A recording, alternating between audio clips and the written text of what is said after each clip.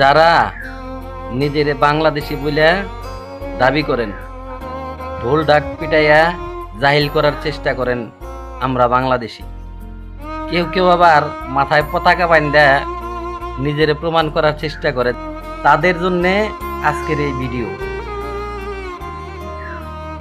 পাকিস্তান না হলে আমাদের বাংলাদেশ আসতো না। আপনি যে আজকে যে অবকাঠামো দেখতেছেন, এটা পাকিস্তান আন্দোলনের পর, পাকিস্তান রাষ্ট্র হওয়ার পর হয়েছে। পাকিস্তানের যে লড়াইটা, এই লড়াইটাকে আমাদের স্বীকার করতে হবে। স্বদেশী আন্দোলন করা যেসব জমিদার শ্রেণী, লুটেরার শ্রেণীদের যে সব সন্ত্রাসীরা ছিল, এই যে সূর্য সেন, পিতলতা ওয়াদ্দার যারা ছিল, এই যে সন্ত্রাসীরা, পৃথিবীর প্রথম যারা সুইসাইড বুমিং এর যে আবিষ্কারক, তাদেরকে আমরা আসলে এখানে সেলিব্রেট করতেছি। কিন্তু আজকে এই বাংলাদেশে পাকিস্তান দিবস পালন হইতেছে।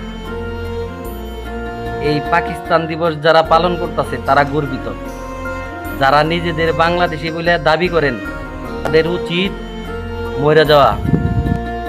কারণ আজকে এই ৫৫-৫৬ বছর পরে বাংলাদেশে পাকিস্তান দিবস পালন হইতেছে।